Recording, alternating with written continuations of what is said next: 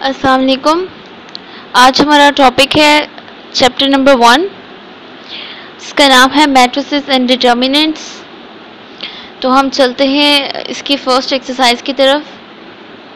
Exercise number 1.1 है और first question है हमारे पास कि find the order of the following matrices. हमारे पास कुछ मैट्रिसेस गिवन है, हमें उसका ऑर्डर फाइंड करना है। ऑर्डर क्या होता है? ऑर्डर जो होता है वो एक मैट्रिक्स का बेसिकली होता है ये कि इसकी सबसे पहले हम नंबर ऑफ रोज देखते हैं, उसके बाद हम देखते हैं नंबर ऑफ कॉलम्स।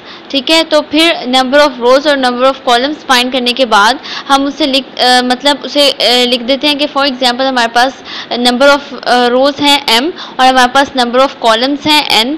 तो हम लिखेंगे इसका ऑर्डर है m क्रॉस n या फिर m बाय n। तो इसी तरह से हम क्वेश्चंस की तरफ चलते हैं। फर्स्ट है हमारे पास a इज इक्वल टू 2, 3, -5 और 6। तो इसका हमने जो है वो ऑर्डर फाइंड करना है। तो जैसे कि यहाँ पर लिखा हुआ है सोल्यूशन में कि नंबर ऑफ रोज हमारे पास कितनी है, इसमें सबसे पहले हमें देखने पड़ेगा कि रोज कितनी है। रोज हमारे पास हैं 1 ये वाली रो, सेकंड ये वाली रो। तो हमारे पास नंबर ऑफ रोज हैं 2 और नंबर ऑफ कॉलम्स कितने हैं, फर्स्टली ये और सेकंड ये। तो हमारे पास नंबर ऑफ कॉलम्स हो गए 2। तो 2 हमारे पास नंबर ऑफ रोज हैं, 2 ही नंबर ऑफ कॉलम्स हैं। तो ऑर्डर होगा 2 क्रॉस 2 या फिर हम उसे लिख सकते हैं कि number of rows by number of columns means 2 by 2। तो इसको ऑर्डर क्या आ गया हमारे पास 2 बाय 2। हम इसे 2 क्रॉस 2 भी लिख सकते हैं। बी है हमारे पास कि 2, 0, 3 और 5 एक मैट्रिक्स है। इसमें नंबर ऑफ रोज हमारे पास हैं 2 और नंबर ऑफ कॉलम्स भी हैं हमारे पास 2। तो हमारे पास ऑर्डर ऑफ मैट्रिक्स क्या आ जाएगा?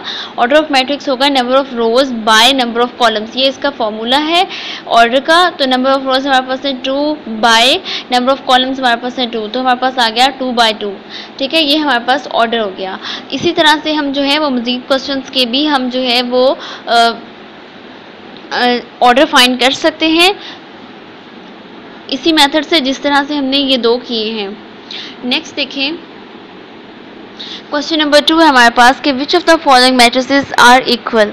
ठीक है, इसमें कौन से मैट्रिक्स जो हैं वो इक्वल है। तो सबसे पहला हमारे पास है 3, उसके बाद है 3, 5 और इसी तरह से हमारे पास जो है वो कुछ मैट्रिसेस दिए हुए हैं। हमें देखना है इसमें इक्वल मैट्रिसेस कौन से हैं।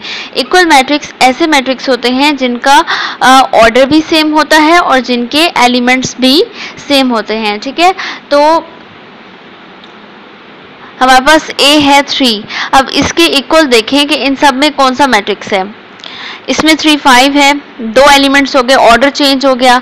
इसमें है C इज इक्वल टू 5 - 2। अब 5 - 2 का आंसर होता है 3।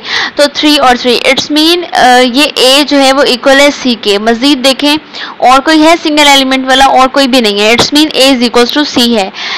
और यहाँ पर हमने लिख दिया कि equal matrices are A is equal to C। उसके बाद देखें B आपके पास है 3, 5। अब हम इसके कॉरेस्पॉन्डिंगली ढूंढेंगे। D हमारे पास है 5, 3। अब ये ऑर्डर तो सेम है लेकिन एलिमेंट सेम नहीं है। यहाँ पर 3 है, यहाँ पर 5 है, यहाँ पर 5 है, यहाँ पर 3 है, उलट हो गया। तो ये इक्वल नहीं है। अब हमें इसके इक्वल ढूंढना पड़ेगा। तो ये I वाला मैट्रिक्स जो है ये इसके इक्वल है 3 और 3 + 2 5 मीन्स B और I आपस में इक्वल है। इसी तरह से जो E है वो इक्वल है H के और J के। ठीक है, मतलब E, H और J आपस में इक्वल मैट्रिक्स है। इसी तरह से F और G जो है G ये आपस में इक्वल है मीन्स इनके ऑर्डर भी इक्वल है और इनकी कॉरेस्पॉन्डिंग एंट्रीज भी इक्वल है। नेक्स्ट चलते हैं हम क्वेश्चन नंबर 3 पर। क्वेश्चन नंबर 3 है हमारे पास find the values of A, B, C and D which satisfy the matrix equation. हमें जो है वो A, B, C और D की वैल्यूज फाइंड करनी है जो कि इस मैट्रिक्स को जो है वो सेटिस्फाई करें। हमारे पास एक मैट्रिक्स ये गिवन है, दूसरा मैट्रिक्स ये गिवन है, ये आपस में इक्वल हैं। इट्स मीन इनकी कॉरेस्पॉन्डिंग एंट्रीज इक्वल होंगी। तो हमने उसके अकॉर्डिंगली ये 4 इक्वेशंस बना ली means A + C = 0, A + 2B = -7 और इसी तरह से ये 2। उसके बाद अब हम इन चारों इक्वेशन से A, B, C और D की वैल्यू बारी बारी निकालेंगे। फर्स्ट में 2 वेरिएबल्स हैं, हम नहीं यूज कर सकते। सेकंड में 2 हैं, थर्ड में 1 है और फोर्थ में भी 1 है। तो हम थर्ड और फोर्थ को यूज़ करते हुए सबसे पहले वेरिएबल्स निकाल लेते हैं C और D। तो हमारे पास C, यहाँ से हम इसे अरेंज कर सकते हैं। C इज इक्वल टू 3 + 1, 1 दूसरी साइड पर चला गया और C हमारे पास 4 आ गया। इसी तरह से हम फोर्थ वन इक्वेशन से भी हम D की वैल्यू निकाल सकते हैं और हमने निकाल ली D इज इक्वल टू 3। अब हमारे पास C भी आ गया, D भी आ गया। अब जो फर्स्ट इक्वेशन थी उसमें है A + C is equal to 0। अगर हम यहाँ पर C की वैल्यू पुट कर देते हैं तो हमारे पास A का आंसर आ जाएगा। तो हमने इसी तरह से C की वैल्यू यहाँ पर पुट की और हमारे पास A का आंसर आ गया -4। अब हम जो सेकेंड इक्वेशन है उसमें अगर हम A की वैल्यू सब्स्टिट्यूट कर देते हैं तो हमारे पास B का आंसर आ जाएगा। तो हमने यहाँ पर A + 2B is equal to -7 था, तो हमने वहाँ पर A की जगह पर -4 रखा और हमने यहाँ से B की वैल्यू फाइनलाइज कर ली, जो हमारे पास आ गई -3/2। तो स्टूडेंट्स, ये हमारा आज का लेक्चर था जिसमें हमने एक्सरसाइज 1.1 कंप्लीट कर ली है। जो क्वेश्चंस रह गए हैं, जो पार्ट्स हमने नहीं किए फर्स्ट के तो सेकंड के, तो वो जो है वो आप लोगों ने खुद से उसकी जो है वो रफ नोट्स पर प्रैक्टिस कर लेनी है। ओके स्टूडेंट्स, फी अमान अल्लाह।